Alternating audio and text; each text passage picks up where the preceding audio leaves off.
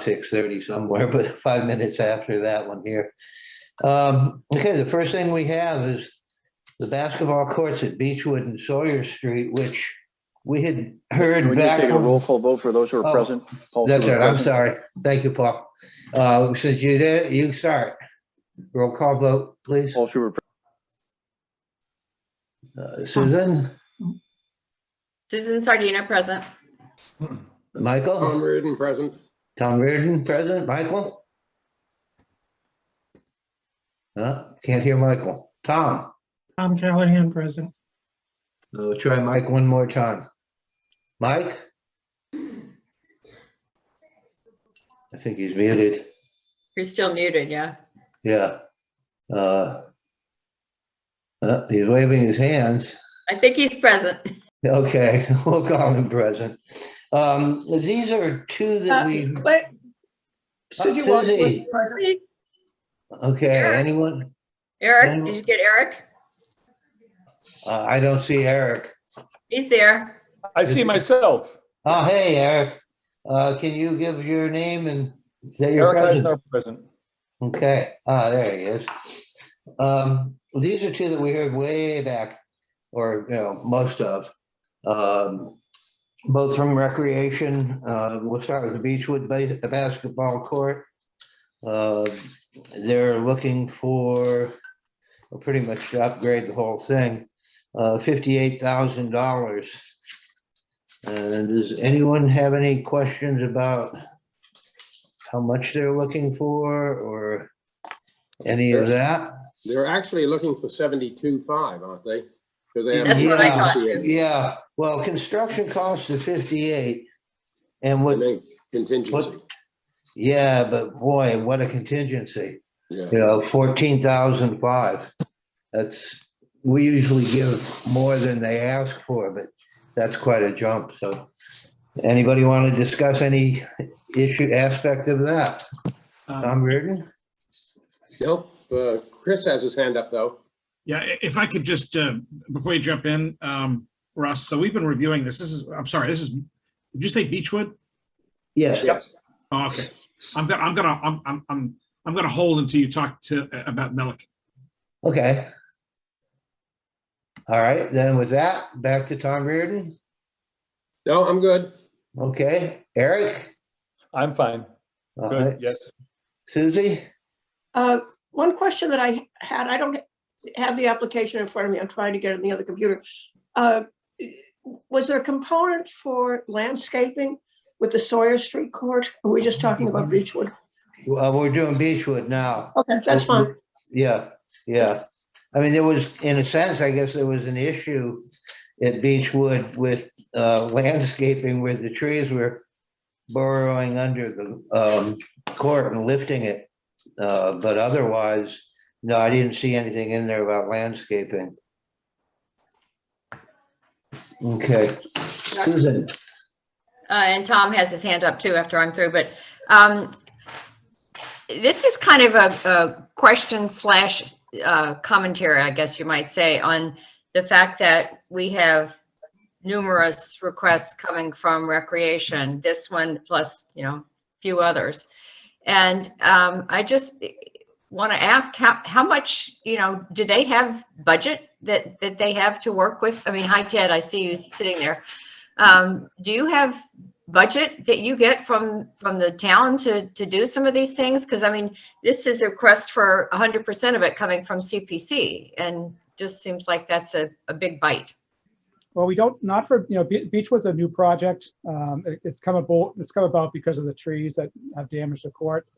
It was an original renovation back in 2007, so we don't have any funding for this point. We did, for the Sawyer Street project, we did use a lot of our funding that we've collected between our basketball program and our Thanksgiving Day road race. We did put a lot of money towards that project. That's the reason why that request is so low. And just, unfortunately, we lost last year's basketball season. We lost the Thanksgiving Day road race. So we've lost over about $25,000 that we might have had if we didn't have to cancel. So that's one reason why Beechwood's a little higher, because it's a brand new project. And I have a few board members. Tim Bernika's on my board here, and Jack DeLorenzo. So if I know Tim's a Beechwood guy, so and involved with the basketball program, so if he wants to chime in. And have you addressed the issue with the roots? Because if the trees are still there, the roots are still there, and you're still going to have more cracking and breaking in the future. So we don't want to have it, go down this path again. Yeah, the trees actually were removed. They've been Can you, removed. excuse me, can you identify yourself, name and address? Sure, yeah. please? Hi there. My name is Tim Bernica. I'm the vice chair of the Recreation Commission. Thank you. A Beechwood resident, as Ted said. And so in terms of the issues with the trees around the area, those have been removed.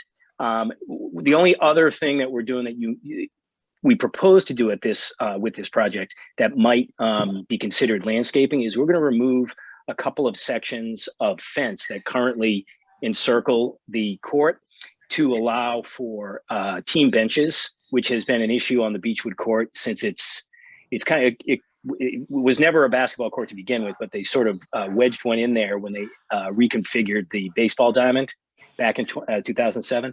So that could be called some form of landscaping over there, where we're going to put some benches for the teams to sit on when they play. Okay. All right. Susan's question though was, are you going to be removing the roots that are there? I don't actually know what the process is to dig up a court, but I'm assuming that when the court is reconstructed, that's going to be part of this situation. Okay. Susan, anything else? No, that addresses it. I just didn't want to, see those same trees and roots causing a problem down the line, and we're back at it again. Sure. Tom Reardon, you had your hand up? No? No, I think Tom Callahan had his hand up. Okay, Tom?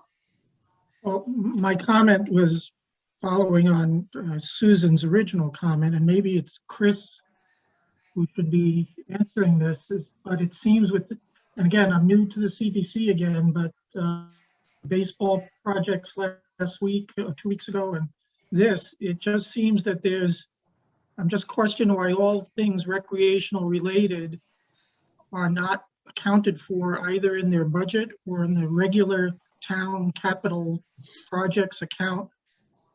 And are we considering the CPC fund to be the regular maintenance and capital improvement project for recreation? If that's the case, say it. But otherwise, I just don't know why these things are budgeted under the normal town budget. Would you like to take that, Chris or Ted? I'd prefer Chris to answer that. But. Chris, are you still there? I am. So the question is, yes, there is other money. So for example, recreation, as you heard Ted talk about, generates revenue. And in a regular course of business, they'd be contributing to some of these projects. And if there's a major, and if there's routine maintenance, we kind of try to bake that into what we do regularly. Rebuilding a court's a little bit more than that usually. And in the world we're in today, while recreation is most certainly important, I would strongly say that it's a critical piece of what we do. With funding kind of being tight, it's not first on the list. We got to, keep the police in cars, and we got to keep public works, and we got to keep the schools in shape. And this money is fungible, right? I mean, one of the three key priority areas of CPC funding is, or CPA funding, I should say, is recreation, both expanding facilities and improving them. So, and the capital committee almost requires recreation to seek this funding as well, because it's available. You can't use this. You can't use CPA money except in certain buckets, right? For historical and recreation and affordable housing. So that's I would just like to hear that said, because that just seems to be the approach to it. That because we have these special buckets, we're dealing with this funding through CPA money rather than regular town budgeting process. And I just want to hear it said. For the big stuff, yes. In terms of maintenance, though, Tom, we do try to encourage. We have built money into the budgets for this, including Ted's. But I consider redoing the courts maintenance, not necessarily a new capital upgrade. That's my problem. But that was the same thing with the baseball field last week, that they wanted to do things that I think were routine maintenance, you know, with dealing with aging things, and I had the same problem with them, so. But whatever. All right, thank you for answering that. Although I'd like to add, Chris, while you're right, that we are, in a sense, helping fund that. We've really given a huge chunk of money this year into recreation. Disproportionately, I think, honestly. Okay. Who hasn't been called on? So the only thing I would say is that that Paul Schubert, that the contingency is a little bit high. You know, one option may be 58,000. We can do the construction costs and see if there is either money in the town level or whether it truly does go over budget. And then they can either come back for, you know, 10 to 15,000, or we can find other means to potentially fund it. The problem this year was really the income for recreation was awfully low from a lot for COVID reasons. So that may improve. Okay, thank you, Paul. Anything else, anyone? Anybody like to make a motion? I'll make a motion. We appropriate $58,000 construction costs for the upgrade and construction of the Beechwood basketball courts. I'll second that. Was there a contingency in there? There was not. Okay, all right.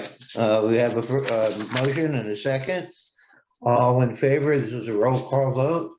Paul? Paul Schubert, aye. Susan? Susan Sardina, aye. Tom Callahan? I'll vote aye because of the funding problem deriving from COVID, but as a general principle, I still have an issue with the way we fund things. Okay, so are you voting no? That's an aye, yes. It's a conditional aye. It's an aye. Take it as an So aye. it's an aye or an A? It's an aye? It's an aye. Okay, thanks, Tom. Tom Reardon Aye. and Susie Wadsworth. Aye, Susie Wadsworth. Okay, I'll vote aye as well. I think we got everybody. You missed me, Russ. Oh, Mike, I'm sorry. I found the unmute button, so okay. I'm registering my presence officially, and also I'll vote aye as well. Okay. Russ, would you mind if I vote? Is that okay? Sure. I see. Okay. I only have like I vote one aye, big Russ. picture, and then That's okay. just a couple small ones. That's trying to okay. remember Eric who's Eisner votes aye. you. All right. Well, that's pretty much all of everybody. 58,000. Okay. The next one. So Russ, on the computer in front of you, Yeah. does that control the screen? If you look in the top right corner, you'll see a little box that should say view. Do you see that? Yes. If you click on that and you press gallery view, it'll show you everybody. Hot dog. Okay. All right. You got the whole hello, clan. You Meg. got the whole Brady Bunch look. You're all good. I know. Meg Wheeler has joined us from advisory. Good evening. everyone. How are you? Okay, the next one is from Cohasset Recreation. This is for Sawyer Street, and it is a request for where was it there? $20,000 to do some blacktop work and baskets and things like that. That was one we had looked at back when, and I don't know if anyone has any questions, but if you do, here's your chance. Susan Sardina. No, and just to point out, it is 20,000 with a $5,000 contingency. So Right. it's a 20% contingency on there. No, I think having activities for kids and adults both around the community is really important. And I think that both of these fields are really important to be in good condition and not an embarrassment when people come from out of town to visit and play a pickup game. So, no, I don't have any questions. Okay, it's a 25% contingency. It says $5,000. Right, Yeah, That's 25%. yeah. Susie, I just have a question on the landscaping. okay, Are we able to provide for that? I didn't think so. So I don't know what the cost of the painting part is. of Should it be painting or broken out? landscaping? Excuse me? Painting or landscaping? How much is the painting part? We estimate that at $12,000. And so the landscaping is 12,000. The landscaping would be 8,000 and the painting would be 12,000. My question to Russ is whether landscaping is allowable with CPC funds. I have a question on that.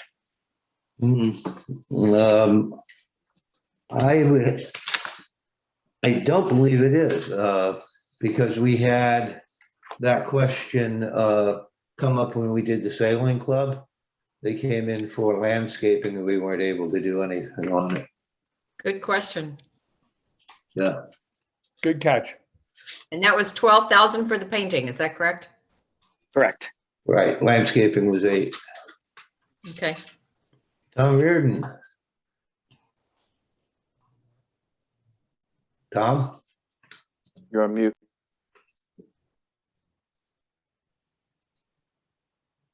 He disappeared. Oh, Michael Dickey. What do you have, Mike? I don't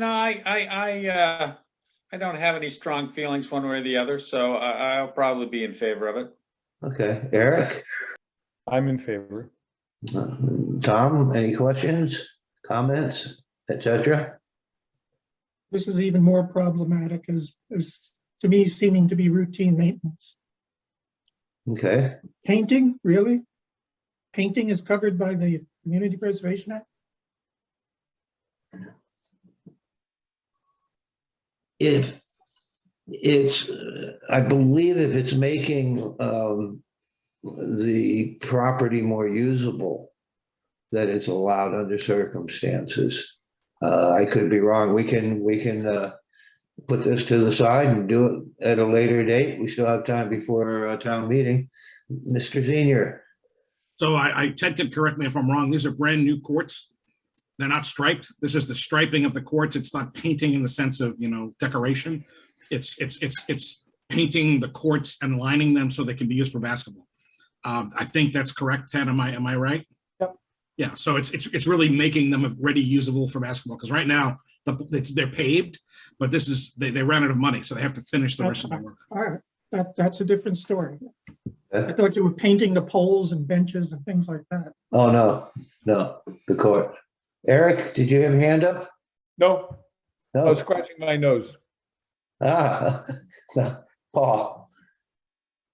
Yes, that's the requirement. One of the requirements for CPC monies, the CPA monies, are the construction of any court. It does allow for painting of the stripes and construction of the field or court or outdoor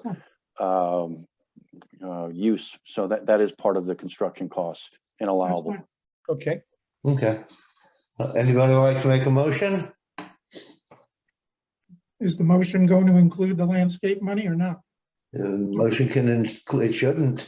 All right, then I'll move that we approve the request for the painting and completion of the court work, but not for the landscaping work. Okay, but we need to put a dollar amount on it, so it'd be a $12,000. That's what it is. Okay, And maybe reduce the contingency then? or have a contingency. Tom, There's no contingency in that. I'm sorry, Well- Susie? The 12,000 is flat. There's no contingency in that figure. Right. Do you want to make your motion for 12,000 flat or 12,000 with a contingency? 12,000 flat. Okay. A second? Anyone want a second? I'll make a second. I'd also like Okay. an amendment. Thank you, Paul. Oh, you want to make an amendment? I'd like an amendment to add a contingency of 10% contingency, but we'll go with the original motion first. Okay. Anyone else have any comments? Susan? No, I was going to suggest a $2,000 contingency, which would, but similar. That's fine. No Okay. question. So Mike Dickey? Yeah, still slow on the unmute button, but I think I'm gonna go with the contingency option as well. So do we Okay. need to kind of defeat the first motion and have a new No, motion, all you have to do is, I have an amendment to the original motion. If there's a second to the amendment, then it would follow the amendment first, and then if that's approved, we'd go to the original motion. Okay, well, then I'll second the amendment to the original motion. Eric? I agree. Tom Reardon? I missed most of that, so I am reluctant to vote on this unless it can be summarized. Okay, Paul, do you want to? So the original motion was for $12,000 for the painting, and I put forth an amendment wishing for a 10% contingency fee on the original motion, which is the amendment. So it'd be a $1,200 contingency fee. There was a second that was for the amendment. There's also a second for the original motion. So we would be voting on the amendment first and then the original motion. The original motion is at 12 and the contingency is 1,200. Thank you, Paul, and I apologize for my technical. No problem. Not at all. Not at all. Okay. All those in favor, roll call vote, please. Susan? So we're voting for the amendment first. Is that correct? Yes. Correct. Susan, Art, aye. Susie? Susie Wadsworth, aye. Paul? Paul Schubert, aye. Eric? Eric Eisner, aye. Michael? Michael Dickey, aye. And Tom Reardon? Aye. And Tom Callahan? Aye. And Russell Benetti, aye. Okay. Next we have, oh, I'm sorry, yeah, that's right, the original motion. All in favor of that, a roll call vote, please. That was for $12,000 and no contingency, right? Correct. Okay. Susan? Susan Sardina, aye. Susie? On the first one, question, wouldn't it be appropriate to say nay, because we've already voted the one with the contingency? Can we have both? No, the original motion was for 12,000. That's right. Amendment was for a contingency added to the original motion. The original motion is okay. still on the floor. All right, Yeah. thank you. Susie Wadsworth, aye. Paul? Paul Schubert, aye. Michael? Michael Dickey, aye. Eric? Eric Eisenhower, aye. And Tom Callahan? Tom Callahan, aye. And Tom Reardon? Tom Reardon, aye. And Russell Benetti, aye. Okay. This is something totally different. This is from the Recreation Department. This is to replace the concession storage building at Milliken Field, which they are looking for 155,000, or no, that's what they got in 2016, looking for an additional 50,000. Susan Sardina, you were in on the original discussion. I would say that my take on this at this point is that I would suggest holding off on this. I feel that we've got a lot of requests coming in from recreation right now, and recreation and open space fall into the same pot or kitty. So we've also got and have had requests from open space. So Yeah. right now I feel that the 155,000 you know, can stay there and, you know, we should hold off another year. Okay, well, Chris, actually, you have something? Yeah, if I could, so we're in the final home stretch on this. This has been like an odyssey, literally like the Greek Odyssey voyage here to try to get this thing done. For any of you who don't know, Milliken Field is the primary location for youth soccer and lacrosse, among other things, including the high school baseball field.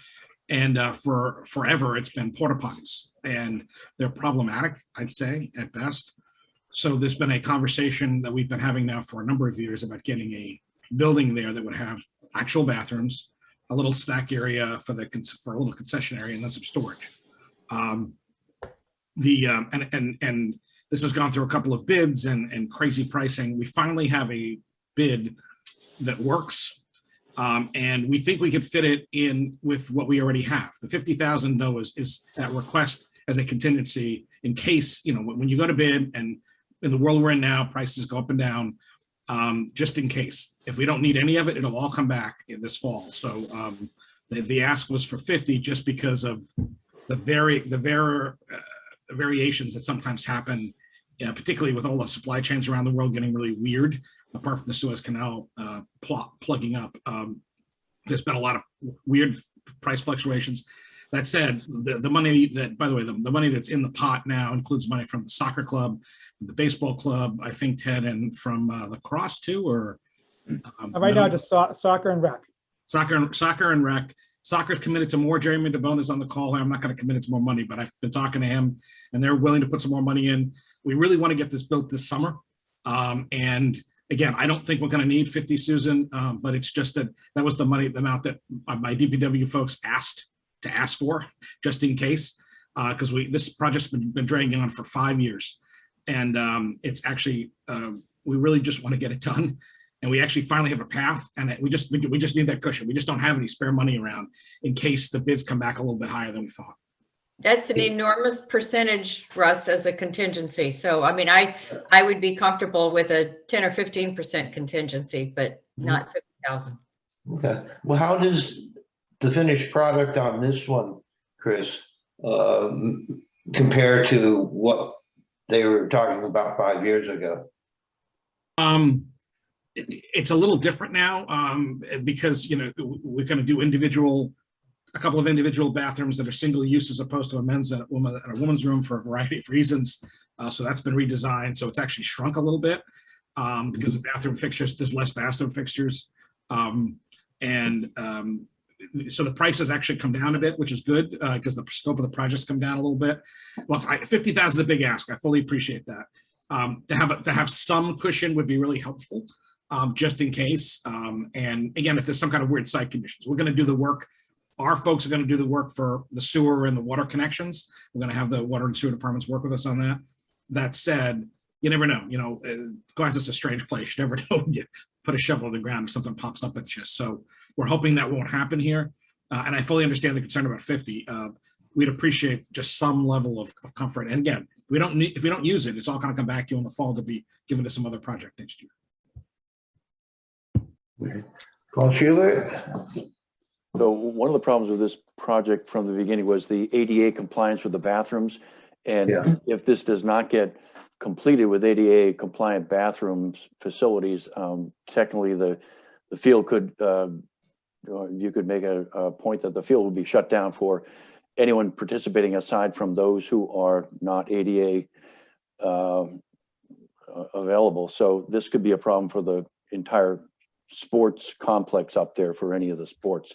You know, certainly the contingency is high. I understand that. You know, if you wanted a motion for 25 or something less, but my concern from the ADA point of view, much like the playgrounds that we saw in the past, could potentially shut down the fields. And you're talking mass ADA, not just federal. That's correct. Okay. All right. Thank you, Paul. Susie? I'm looking at the numbers, and all of the contingency is requested from CPC. Capital budget already put in 25, recreation put in 25, soccer put in 30, and CPC is the biggest component of that. already 21's been spent on engineering plans. I'm uncomfortable. I think without more information, I'm uncomfortable with a contingency of that magnitude. It just seems high, and I understand it'll come back. It just makes me a bit nervous. But if Chris is correct that it's really not anticipated to be spent and it will come back, then I don't see the need for voting that much money. Mhm. I don't know if that makes sense, but it seems like an awful lot of money, and yet it's been going on for what, 5-6 years? Yeah. And Must seem again, like an, I must think seem when like this an was eternity voted- to the neighbors. Okay, there's one other point. When this was agreed upon back in 2015 or whatever, I don't think we faced that Massachusetts ADA component, which we all know about now. And I'd like to make sure that that's going to be included in this. Okay. Chris, Ted? As I understand it, the bathrooms will be fully ADA compliant. That's the whole point. That's the driver of this whole thing. And again, this has been a longer saga than I think any of us. This is one of those very weird projects. I don't mean to go crazy here, but it's with explanations. It's too small for most contractors to care about, and it became complicated. We tried to do a modular building, which we're, by the way, going to be able to do eventually. That's the plan here. Is a type of modular building, and we finally got a price that worked. So the bathrooms will be ADA compliant. There'll be 2 of them. And it'll also allow for storage for some of the gear for the clubs that use this, as well as a small still snack area that's intended. So does that answer your question a little bit? No, it doesn't, because we ran into a problem with the playgrounds that supposedly, and I believe they probably were ADA compliant, but they did not meet the mass standard. And I want to make sure that whatever funds that we put into that they meet that. These bathrooms. Peculiar, yes. Yeah, these bathrooms Yes. will meet. Again, the playgrounds are Not just ADA, but the mass one. Right. No, absolutely. I understand what you're saying. So Okay. these bathrooms will be fully spec'd to meet all regs. They have to. And if the ADA regs are a little more settled, I don't know that Massachusetts has. They do have different regs on playgrounds. That was absolutely true. It had to do with the surface. It was a very unusual thing. I'm not aware that Massachusetts has special rules on bathrooms per se, but we will know that for sure. And if we have to have different fixtures or whatever, we'll do whatever we need. But yes, I It believe could be access. Correct. That's okay. I just want to make sure that that's out on the table. Thank you. Okay. Chris, you suggested that you might be willing to entertain a smaller number in the, on this fund. What would you think? Well, something maybe something somewhere between 10 and 25 or 15 and 25 if you're all willing. 25 would probably be extra conservative, but 15 will probably make it go. Yeah, 15 is a 10% contingency, which is what we have voted on many other projects. Mhm. Okay. Mike Dickey? Michael? No, he's muted. Oh, no, again. no, There no, we go. I'm getting quicker. It's scary, Russ. I recall on my first stint on the CPC, this same issue coming up, and my kids have aged out of the local program, so I really haven't been up to the field in a while. But certainly spent my time up there as a parent with my younger ones when they were younger. But Yeah. in any event, I'm sympathetic to this one, but I'm kind of falling into the let's give them a 10%, 15% contingency rather than the full nut. Okay. Eric? I think I support what Mike's saying. The 10 to 15% would be fine. Okay. Tom Callahan? Yeah, I agree with Mike. All right. Tom Reardon, anything else? Nope. Okay, well, I would say we have enough to make a motion if anyone would like to. I would Mike? move that we approve a contingency for this up to $15,000. Okay. Second? I'll second it. Okay. All in favor? Susan, there's a roll call vote, please. Susan Sardina, aye. Susie? Susie Wadsworth, aye. Paul? Paul Schubert, Eric? Eric Eisner, aye. Mike Dickey? Mike Dickey, aye. Thomas Reardon? Thomas Reardon, aye. And Tom Callahan? Tom Callahan, aye. Russell Vanetti, aye. Okay. Thank you. Thank you very much. Yep. Thank you. Okay. I'm going to still be here. I'm just going to go into the background. So I'm still here if you need me. Okay. Thanks, Ted.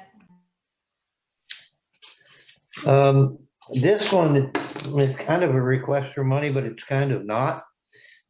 We made, it was two grants, I believe it was, to the Housing Authority for the replacement of the Tredis property by the fire station. This was, well, actually it's similar to the contingency one we did just a little bit ago.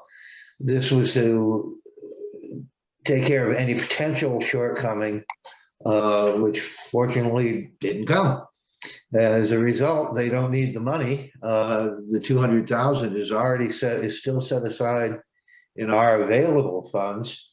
So it's not going to be affecting how we can operate, but it would make a world of difference to Taffy. And I, with that, will let Taffy nothnagle, sorry, Taff, make her presentation. All right, Russ, thank you. And thank you for having me here tonight, committee. The Housing Authority, which I am the chairman, is proposing to that the town reallocate the $200,000, which was originally voted in 2018 toward construction of the Tredis House replacement, which is now called Kate's House, which was a new construction of affordable housing. I know it can't immediately be rolled over from one project like that to another, but the importance of the fact that it has already been allocated will probably come up in a minute. The project which we are proposing is a necessary preservation project at 60 Elm Street, which is our affordable senior housing. The project is replacement of 32 stacked units of upper deck door deadlights and lower patio door deadlights, which are above and beneath each other on 16 buildings. 2 stacked units per building, so that's 32 stacked units. The estimated total cost of this project is $774,000, and it is scheduled to be undertaken in the summer of 2021, depending on funding. The Housing Authority has already requested emergency funding from DHCD, the controlling state agency, along with allocating approximately of $174,000 from our own regular funding award. A number of these egresses from the apartments have been deemed to be unsafe, and a temporary fix has been put in place to avoid any significant danger at this time. The integrity of this property is important to the town because 60 Elm Street counts as 64 units of our affordable housing inventory. The state is much more likely to respond to this significant request if we can offer some local funding. Being able to offer some part of the cost would certainly help assure this project could be done as a single complete project rather than a phased one, which would ultimately be more costly.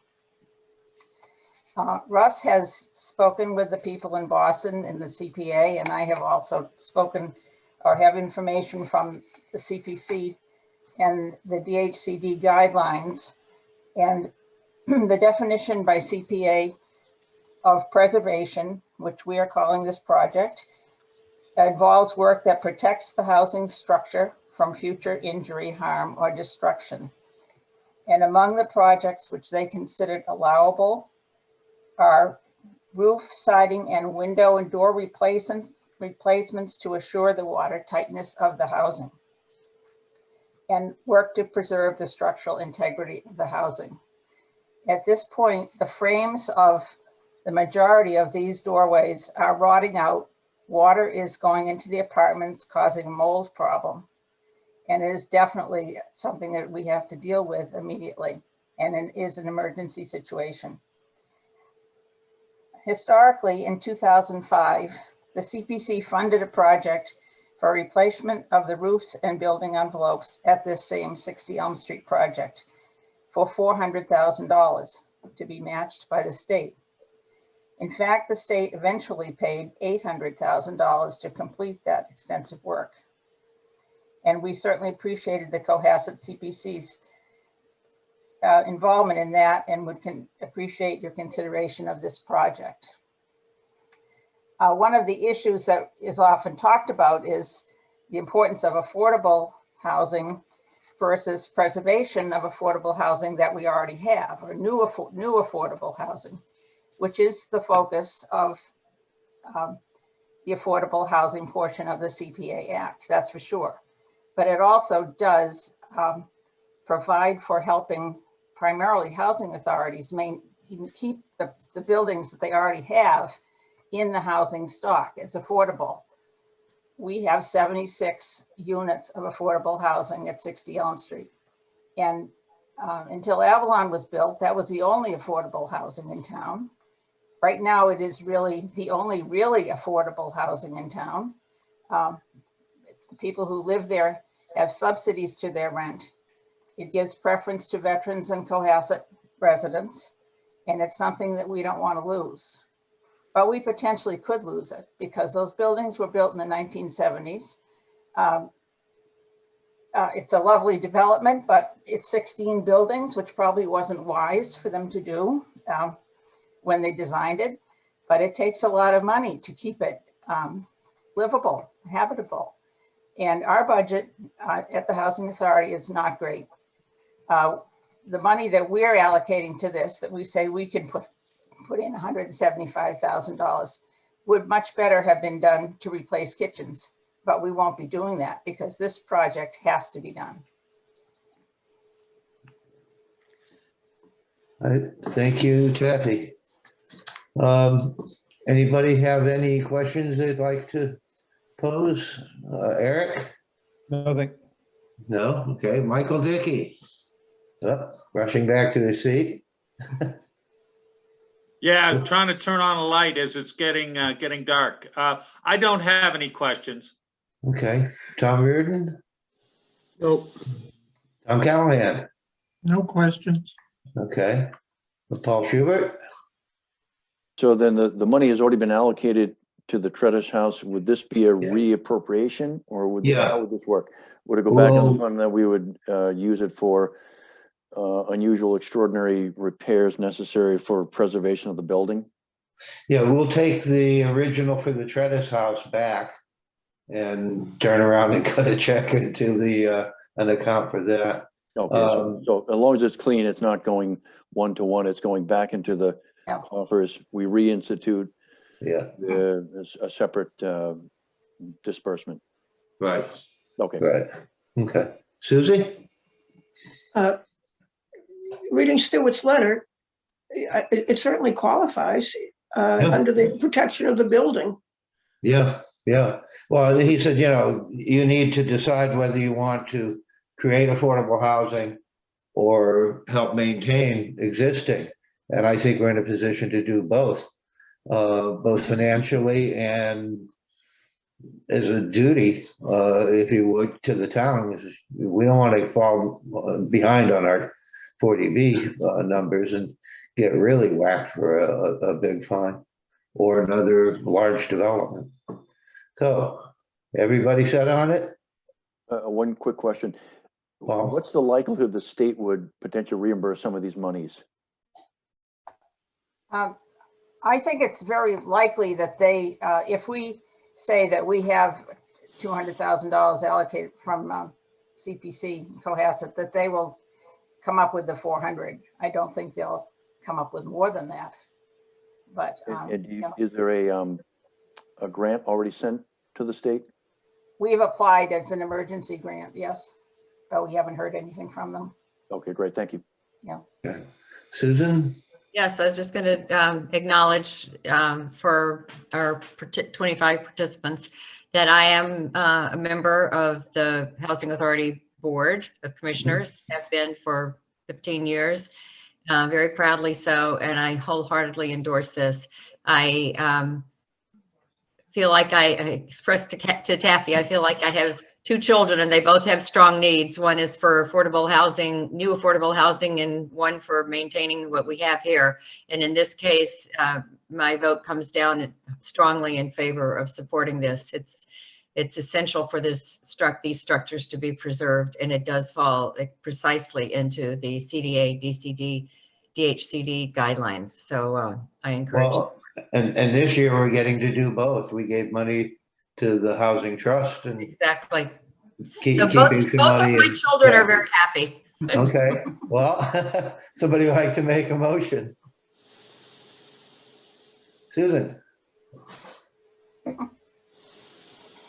Your mic's off. I said I would be happy to. First, do we need to address the 200,000 coming back in that wasn't spent for Tretis, or is that just? Why don't we do this request first and then we'll do that. Okay. Or actually, can we? It's not on the agenda. Russ, it was my recollection that on these disbursements, they take place when the money is spent and as the money is spent. So these funds may not have been transferred to the Housing Authority. Oh, the 200 we gave earlier? Yeah. Oh, no, they haven't been spent. They're still in our account. So there's no action needed. That was a vote that. Okay. So we don't need to acknowledge or address that. It's just, it didn't happen. That would be my understanding. Is that wrong? I'll check with Don just in case, but yeah, I think he's going to scratch out one name and write in another. Chris, you'd know. I think you need to repurpose the money. I mean, while it hasn't been spent, it was allocated at town meeting for the Tretis House project.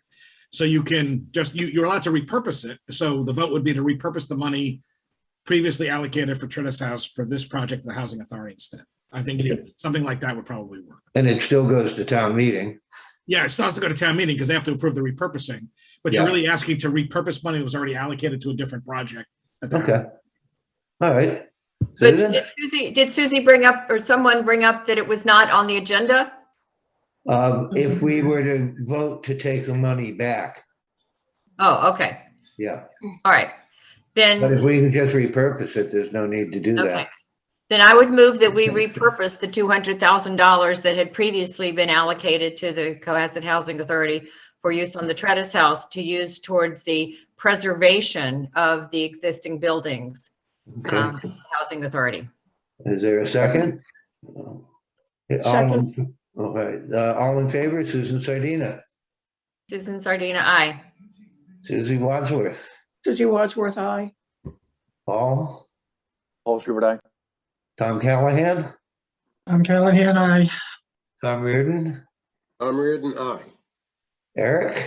Eric Eisner, aye. Michael. Michael Dickey, aye. Russell Benetti, aye. Thanks, Taffy. Thank you Thanks, very Kathy, much. very much. Thank you very much. Good luck at the state. Thank you. Yeah, Kathy, Taffy does great work. And I'm glad we could help. Amen to that. Okay, next is the Second Congregational Church. Everybody got the copy of the opinion from Paul DeLorenzo, I assume? Yes. Yes. Okay. Yes. And you've read it? Enlightening. Okay. Anyone want to discuss it? Susan? Well, I'll start off, I guess. I thought it was very enlightening. I think I had mentioned last week, Pastor Karen, that Let me interrupt you just for a second. Pastor Karen has joined us. Good evening, Pastor. Good evening. Good to see Okay. you all. Thank you. Sorry, Susan. No, it's appropriate to acknowledge her. I spotted you down in the corner of my of my computer, so I wanted to acknowledge you. And I appreciated your wonderful presentation last week. I thought it was very helpful to understand exactly how the monies will be used. And as I had mentioned last week, and I don't want to belabor comments that were made last week, but that I do feel quite strongly that the presence of the building there as it is very prominent, sits very prominently on the town green, quite visible, is important to the character of the town, and the work that is being done is for the facade and what is visible to the town. It's not like you're doing something with the pulpit or inside with the organ or, you know, other items. And I think that its use in the community is very beneficial. So we appreciate your helping out. I also happen to be a member of the Community Garden Club, so we do hold our meetings there. And I read the letter that was from our president. So I appreciated very much, Russ, you're getting that letter from the town council so that we understand what the implications are when there is a request such as this, and feel that as he has expressed it, it feels to me that it is completely within legality. So I do not have a problem with it.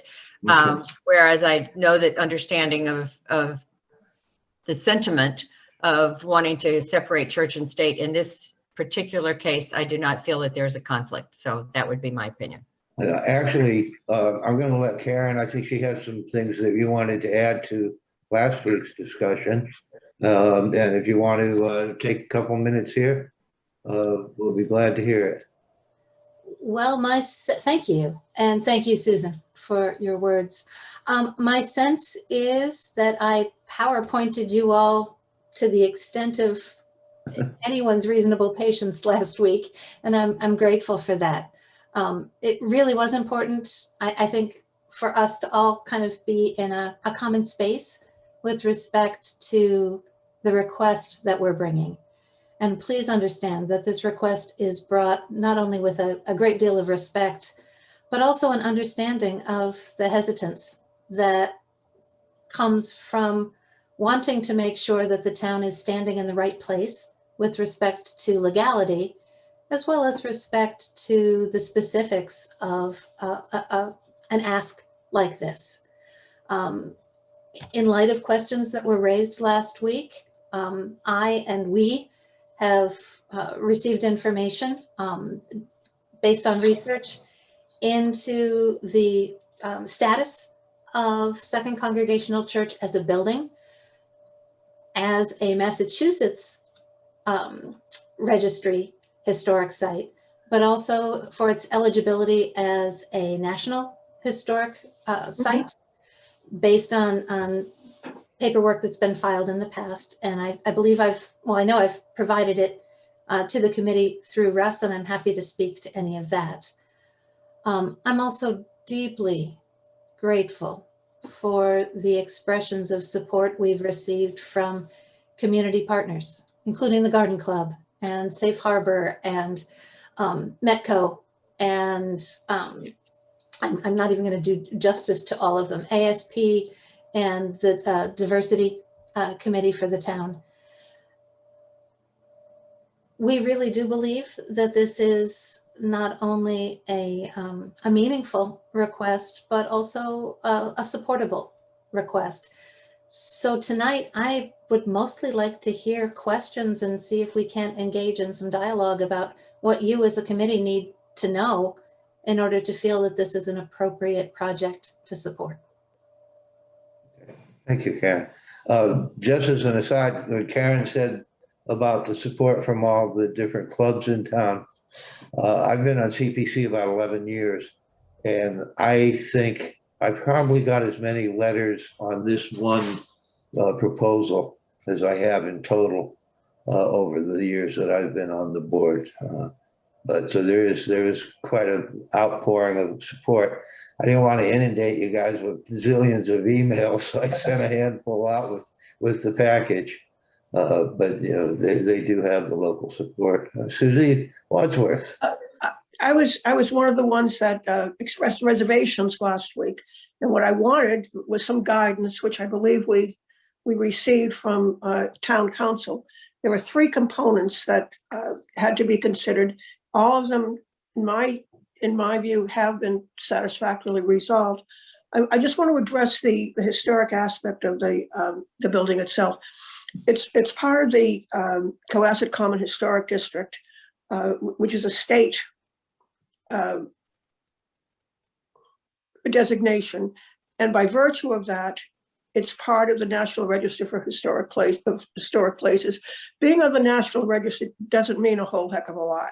It's a nice honorary thing to have. The one with the real guts is the Cohasset Common one, and they're the people who say you can't paint your building chartreuse and whatever, and they've got their own standards. So I'm satisfied that it does meet the historic preservation aspect of the Community Preservation Act. Thank you. That's it. Paul Schubert. So I think that the first 2 clearly fit the bill. Location that is historically relevant. It's in a historic area. The third portion, which has me in some reservation, in that the answers given earlier was that the capital funds for the Second Congregational Church did not reach their required amount that they wish to raise, and that gives me reservations as to whether this money would be could be reserved or allowing for other monies that would help religious organizations. So I think the third portion where if we posed questions of how much monies were available from the capital fund did not reach their requests, then that third portion of what is necessary to fit the bill for monies from CPC to a religious organization or building or structure, in my view, doesn't pass muster. Okay. So Paul, does that assume, are you making the assumption there that the purpose of the drive was to fund religious activities? I believe the question that was answered was, it was to have capital improvement for that building and the church, yes. But that would not necessarily mean that it was for religious purposes, right? I mean, it could be for historic, it could be to paint it and fix the windows. Possibly, yes. And also for structures such as an altar or the interior portion, which are used by the community, but other religious aspects. Karen, what were the purposes of the capital campaign? The capital campaign was to raise money for capital improvements and repairs to the building. And the reason that it was cited in our application was specifically to show good intent and strong effort on the part of our congregation to make sure that we were taking care of those things that we have a responsibility to take care of. Would you describe those as religious activities? Oh, no, I mean, it was a roof. It was, there was a variety of things, including a big portion of that capital campaign. And this was back in, I think it started in 2015. A big component of that were renovations to the parsonage as well. We'd had a pastor for almost 30 years, and he and his family had lived in that other building that's owned by the church. And so a substantial amount of the money that was raised from the congregation, in addition to work on the main building, church building itself, was on the parsonage, because both are responsibilities of the church. My sense, and I'm posing this as much as a question to Paul as an answer for the committee. The reason that I cited that last capital campaign for this application was to show goodwill, good intent, and consistency of effort on behalf of the church to maintain the buildings that we're responsible for. This ask will not, it is a capital request to restore a historical building. It will not free up other money for use for any other purpose, including religious purposes. It is a matter of, we in this time and place have made a commitment of $50,000 from our reserves because we know that this work on this beautiful historical and important building needs to be done. We also know that the $50,000 that we are committing to this will not be enough to do the preservation work that is necessary to complete the project. And that's why we've come to the CPC. I hope that's helpful. Mhm. Hey, all set, Tom? Tom Callahan? Nothing to add from last time. Okay. Russ, I Eric? have a question. Karen and Eric Eisenhower here. I have what surprised me was not the proposal, and there's a lot of good backup material, and I think you made a very, very strong case, and I can't argue against it. What did surprise me was that we're beginning on what I sense is a very, very big project, and that this is the first of probably a number of very large commitments you're going to be asking the CPC in the future. Because I think the quantity of work that has to be done that you're referencing in terms of rebuilding lots of things, little restoration, all that, is going to go well more than $100,000. What surprised me was that there was no detail to where the $50,000 you're asking for was going to be used. There's no engineering plans, there's no drawings, there's no sequence of steps. There's no idea where this whole project is heading in the future. And I know you're going to say, well, we won't know until we take the clapboard off and get inside. But normally on these types of projects, they begin with an engineering study. The engineers go in, the builders go in, they look around, they look at the powder post beetles, they look at the carpenter end damage, and they begin to come through it with assessments of the type of work that has to be done and the expense of the artisans that are going to be needed to do the work. And all that type of panoply is lacking here. So my problem is you're asking for $50,000 based on basically the goodwill of, yes, we're going to do a restoration. But I think we as the CPC need to have some more detail than we have right now. So. Good point. Thank you for those observations, Eric. I can address those if you would like. Yeah, that's fine. Yeah. To begin with, yes, you're right. We have a fairly lengthy list of capital projects that we will pursue in the next number of years. The capital project that is appropriate to bring to this body is the one that we've defined. And frankly, we come with a certain amount of terror on top of humility because of the experience that we had 4 or 5 years ago when we came asking for this same project. One, we've tightened it up quite a bit, particularly in light of the judicial decision that came back, because now we have a better understanding of what's appropriate to ask for. It's also true that we did do studies of what was needed in that application. We've also done additional work since then and have a pretty clear sense, and I'm certainly willing to work not only with the CPC, but in conversation with the Historic Commission about the details of what that will look like.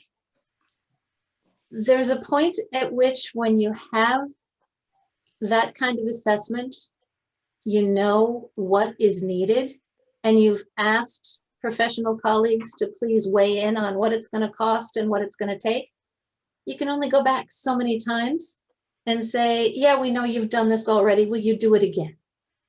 So in this instance, and I think we were clear in our application, we said we do have clarity about what's needed. We've got pretty decent estimates of what it's going to take to do this project. And if we are given the go-ahead by the CPC saying that you will partner with us in that, we'll get the rest of the detail. And we'll certainly happily provide that as soon as we can pull it together. Yeah. But to ask for it in advance again felt kind of abusive of the people that we've been asking to help us with this. I'm trying to understand the process though, Karen. Okay. I'm relatively new. I wasn't here 4 or 5 years ago when you went through this arduous process. So I have no idea what the pains were, and I appreciate that none of this is the kind of thing you want to live over again. But yeah, here I am. I live across from you, and I'm staring at, well, it's kind of dark out there now, but I see a building that needs a paint job on the outside.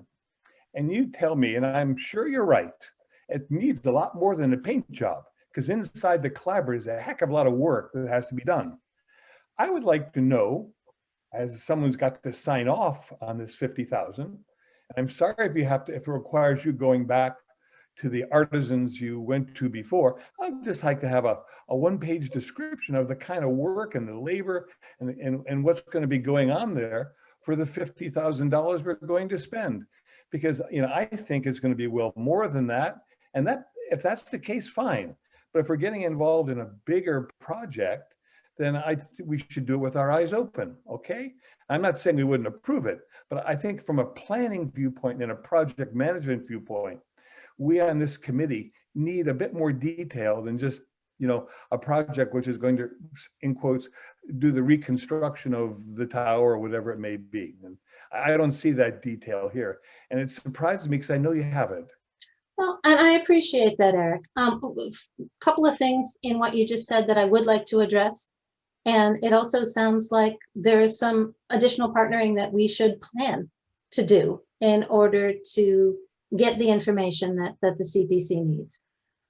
One piece is that while it may appear that we're simply needing to paint the building, the church has been very intentional about its painting cycle. The reason that the paint has not been applied to the outside of the portion of the building that we're looking to restore is because it would be painting over a portion of a building that needs to be restored. And it seemed like an irresponsible use of resources to simply paint when we knew that there was restoration and preservation work that needed to be done. And that's even before we begin to address the windows. We've had 2 windows literally fall out. And we are working, we do the short-term fixes for that. But that's part of the fact that we have a historically pristine building that also needs some restoration. And that's why we're here. I do know that it is a substantially more than $50,000 project. We are looking at a $100,000 project, and that includes the one-to-one matching money that the church is committing to this. In looking at projects that are listed on the CPA, Community Preservation Act funded grant projects, I looked very carefully at, and we looked very carefully at, bell tower reconstruction, window restoration, facade and portico preservation, all of which are part of our project, and come to this, and that was all included in the application that we submitted. So we come to the CPC with a fair amount of clarity that we will be spending every penny of that $100,000, and a fair amount of detail about how it's been used by other institutions that have had to do that kind of work.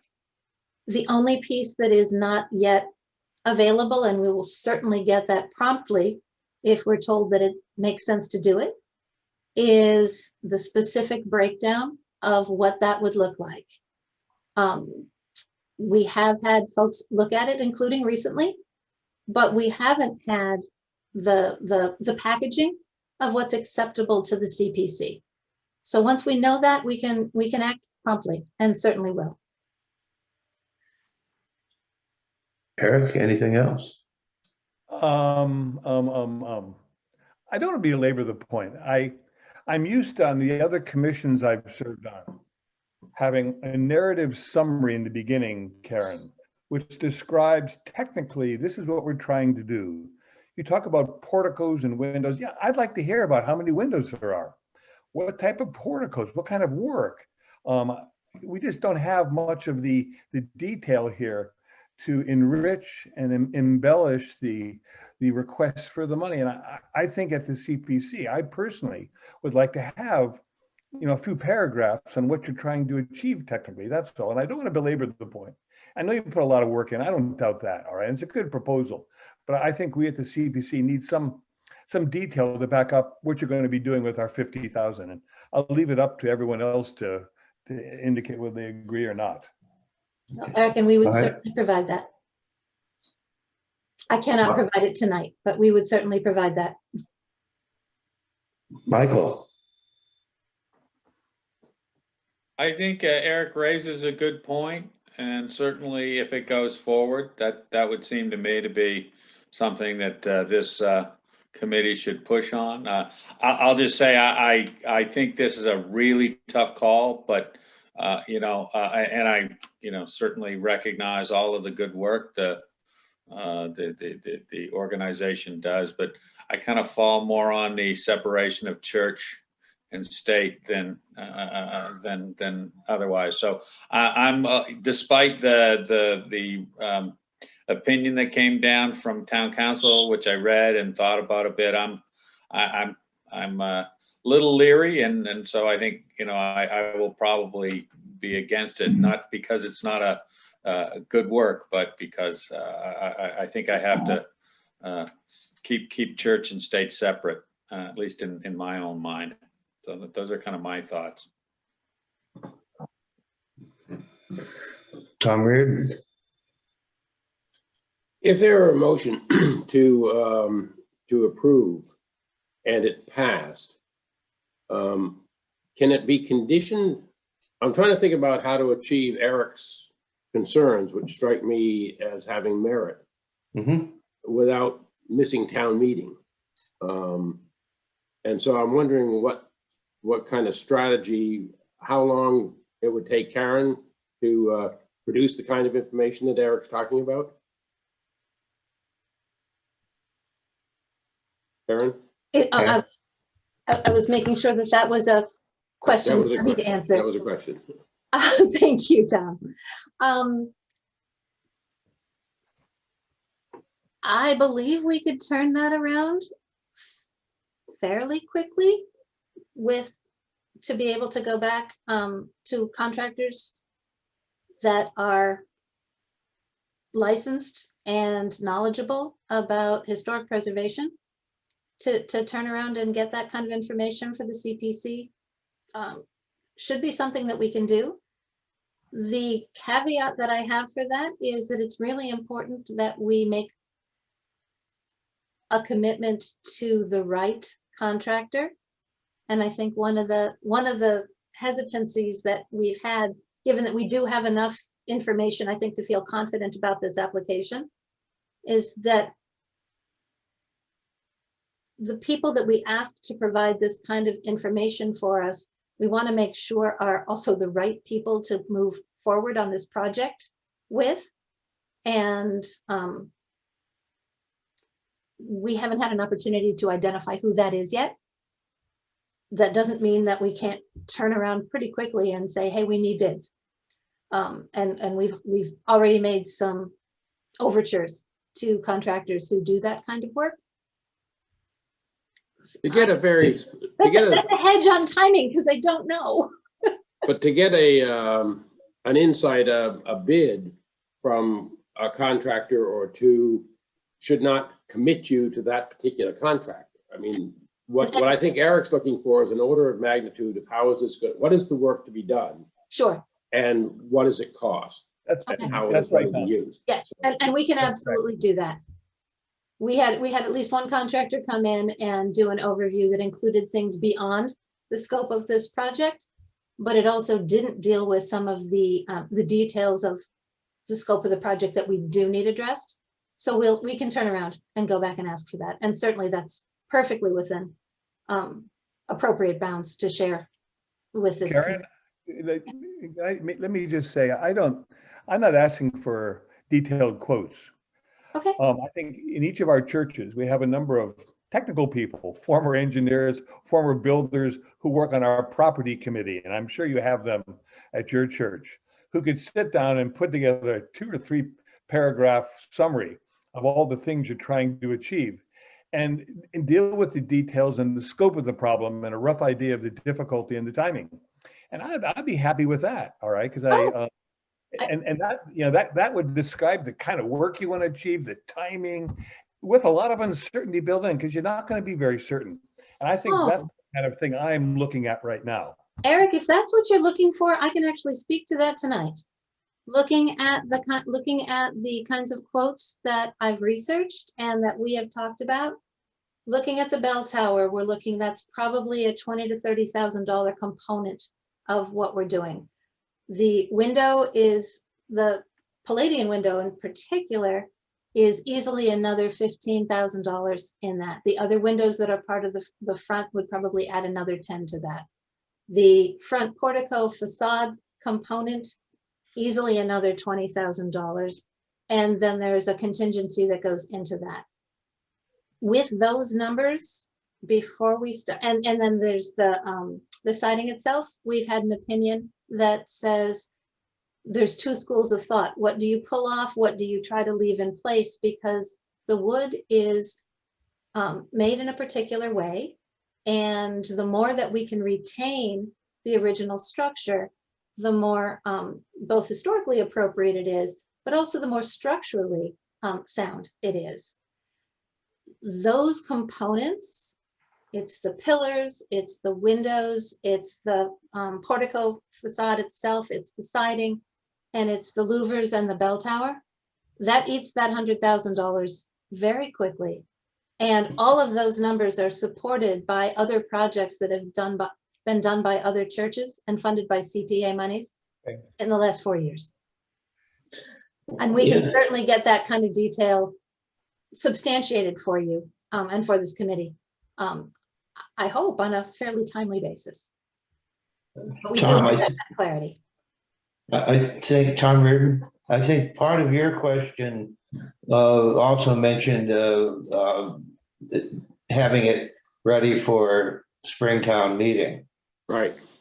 Karen, if you had to wait until a fall town meeting, would that have that larger detrimental effect on what you're going to be doing?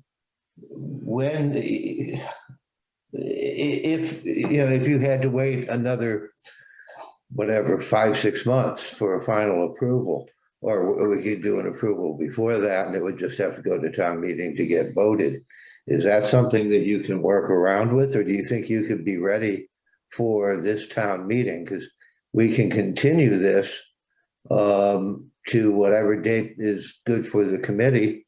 Are we going to meet next week, Russ? We'll find out. Determined, right? Because if Karen can get this in time for our meeting next week, we could get this for this year's town meeting, or the spring town meeting, that is, if it's voted yes. Susie? Have you sought other funding opportunities? In particular, the National Park Service has grants available for historic preservation, and they include churches. And you probably, have you looked into that? They're usually bigger grants than what we're talking about here tonight, but you might be able to put together the whole package. I assume the back of the church is going to need some work and the sides as well. So you might take a look at that in the National Park Service. Preservation projects. Now, in order to qualify, you have to be either in the National Register or be a national landmark. And you certainly fit into that just by virtue of being in the historic district. So anyhow, take a look at it. Thank you, Susie. Actually, one of the things that we did look, and I looked into very carefully and actually began the application process for, was the National Sacred Spaces Grant, which Mhm. falls into the, it fits many of the descriptions that you just gave. We're in a middle ground with respect to that. We fit many of the criterion. And one of the things that they say very clearly is they want to know that we are getting local community support, particularly through CPC types of funding, as part of the evidence that they need to see that we would qualify. So there's a certain amount of I catching know. to do. Yeah. We're really trying. Grants are tough. But take a look at this They one. also want to know that our roof is falling in, and we fixed the roof. We just are working on the preservation part. But thank you. I appreciate This the is reference. the National Park Service, and it's the grants division. It's under Save America's Treasures. Okay, and I I will look at that. I will look at that. Okay. Thank you.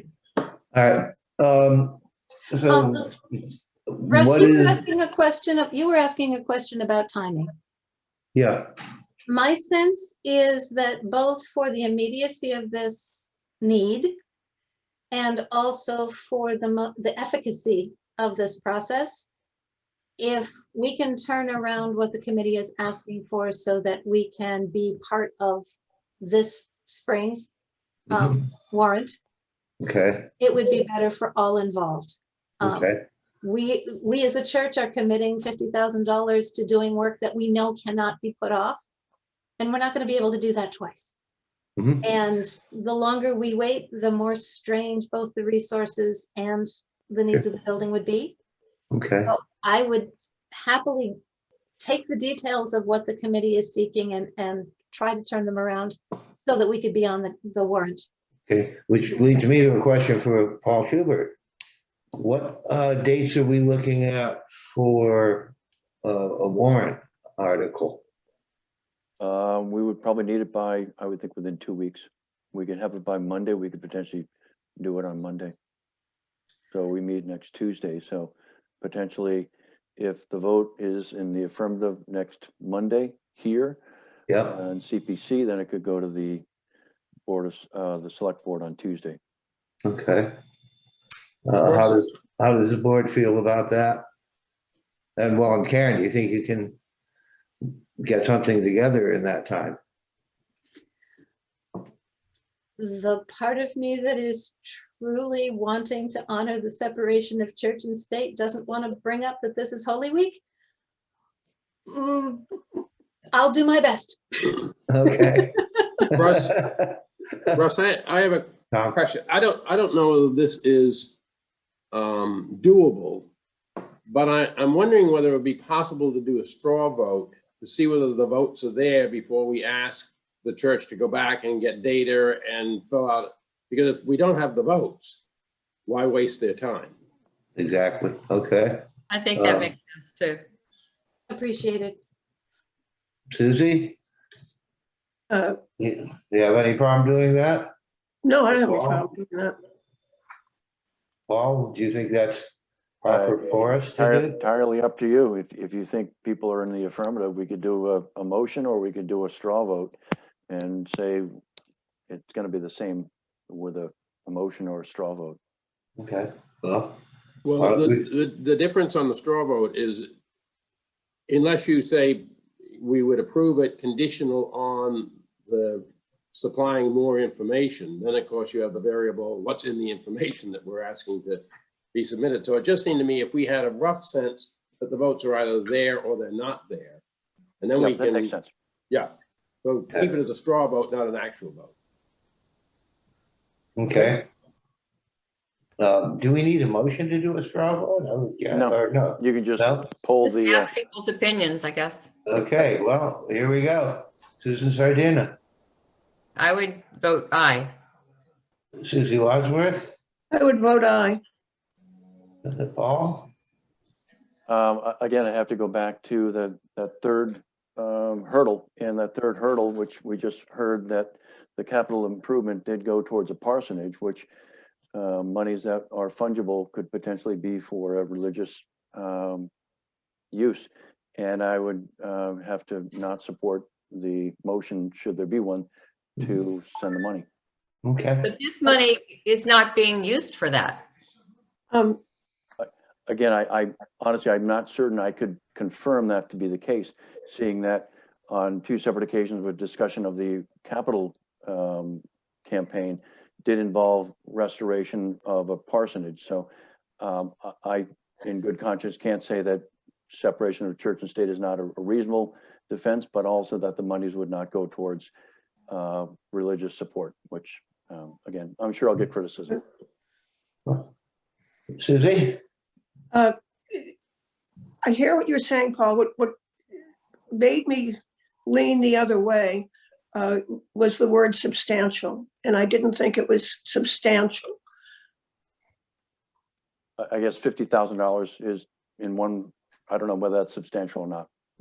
Okay, I didn't think in the big picture to what the church needs, that it was a substantial amount that would go to making, for example, more people join the church, or it would take funds away from something else. That was my interpretation of it. That's all. I'm looking at from $50,000, whether that's substantial or not. But if that does bring people to the church, then that's supporting a religious organization. Right, but I didn't think that would bring people to the church, and that's why I moved over to the I side. Tom Callahan. I believe $50,000 was the amount involved in the Acton case, and I think somewhere in that opinion, the court said it was substantial. That's I would be a no vote. Okay. Eric? If we were to have on hand a description of the technical objectives and how we're going to achieve them and when, I would vote yes. Okay. Michael? I would vote no. Okay. Tom? I would vote yes. Okay, I would as well. So should we schedule a meeting for next week and continue tonight? Sounds right. I think so. Oh, next Monday is the week after, or the day after Easter. That's right. We can do it. You can, okay. I was the one that last week said I would be Right. out of town, but I'll come back for this because I think it's important, and it seems like my vote is a swing vote. So yes, we've got 5 and 4. So. Hey, Okay. there are a lot of swing votes, Susan. Well, I don't know. I mean, I hear Pastor Karen describing exactly what the monies would be used for, so I don't need to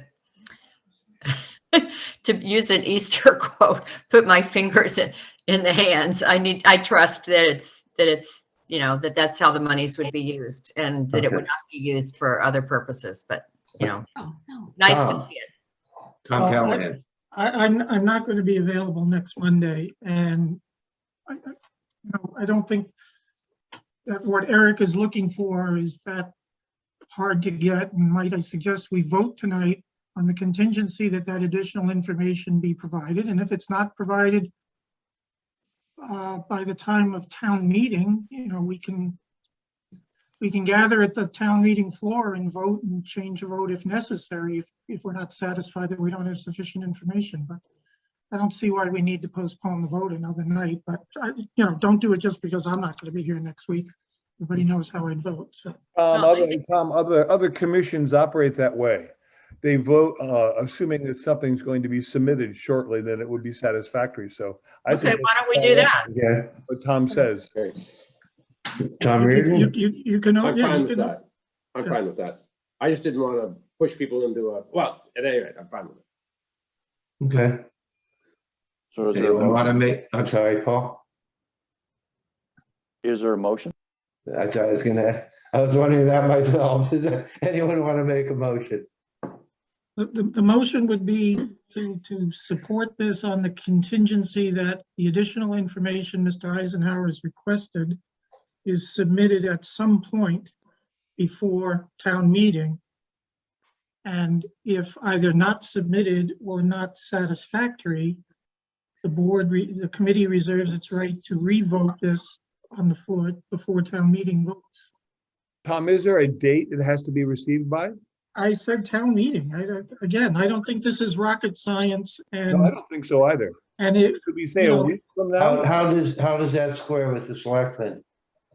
On your, I mean, yeah, you basically. Selectmen can do the same Everything vote. goes. You can have any of the committees have a meeting 10 minutes before town meeting, vote on anything that is subsequent information arises.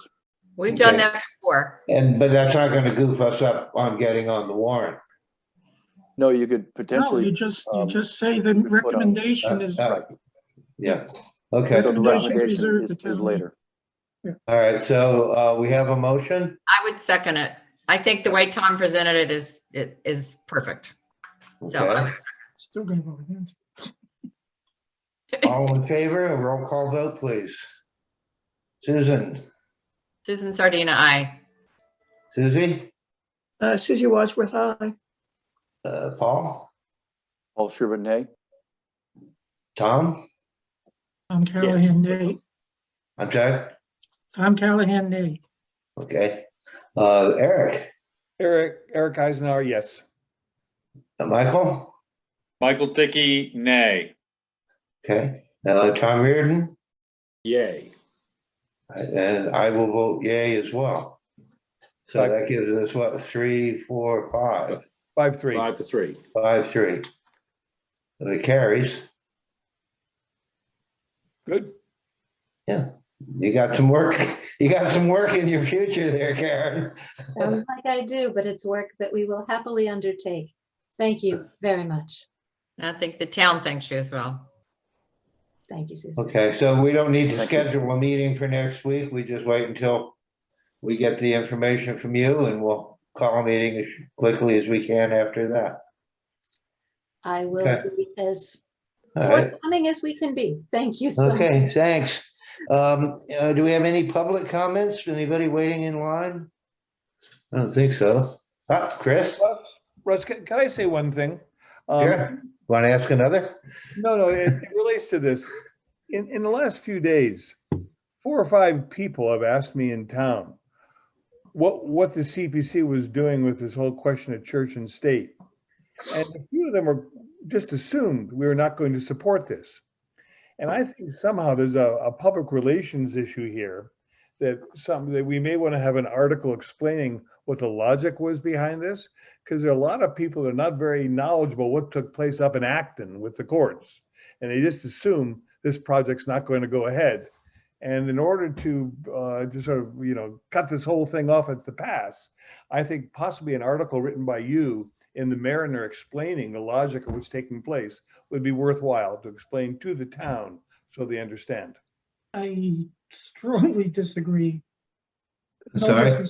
No disrespect to Russ, but he's in no position to offer that kind of legal analysis. Yeah, I would agree with Tom. No I'm not sure if disrespect. it's not really a legal analysis. It is exactly a legal It is the analysis. logic of the commission. Mm, The logic is the vote. if you want to publish town council's opinion, go knock yourselves out if he says okay, but other than that, it is a legal question. I do think it would be helpful, though, to enumerate, if you will, or elucidate what the monies are to be used for, and that it is for anything that has to do with the facade and the physical structure that fronts onto the common. Okay, but absent something from Karen, we wouldn't be able to do something like that, even if it was legal. And then Tom does make a point. In a sense, would be announcing a vote before it's been taken.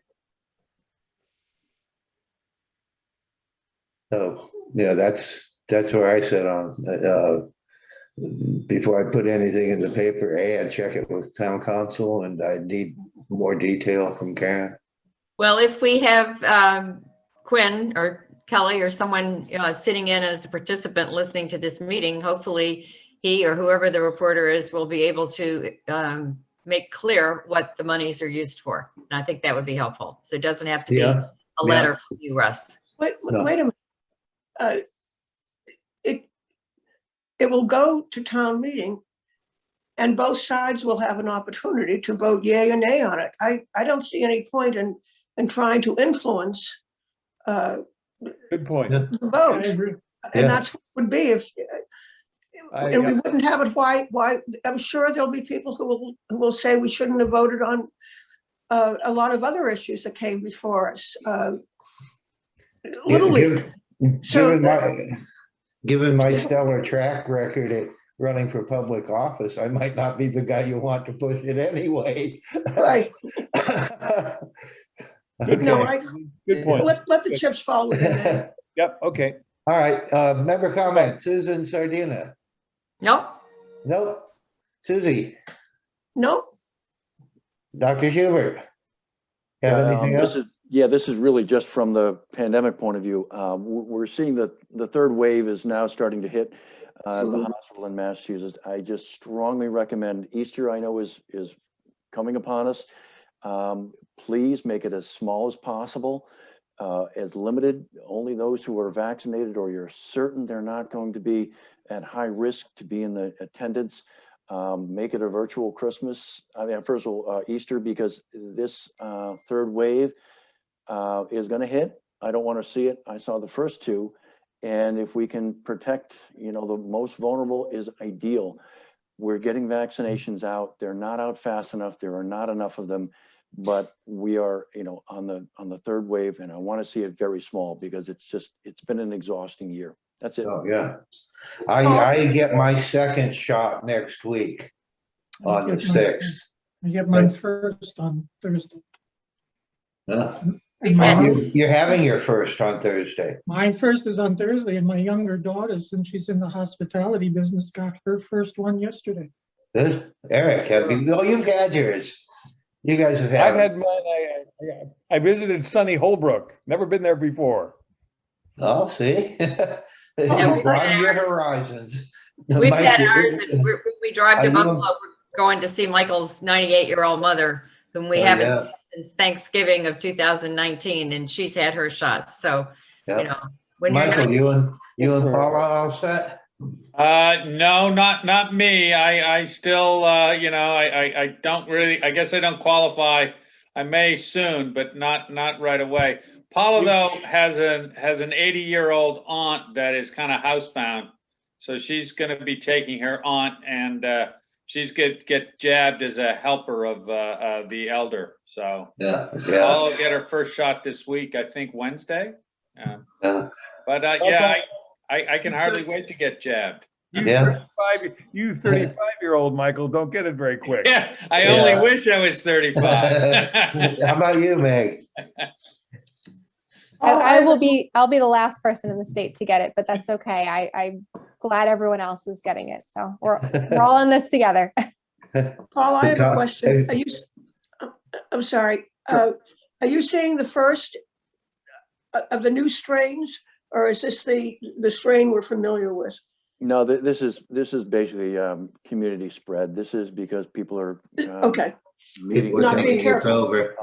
The new strains, they're just a little more transmissible, but they're not in the percentages in the community, at least in Massachusetts yet.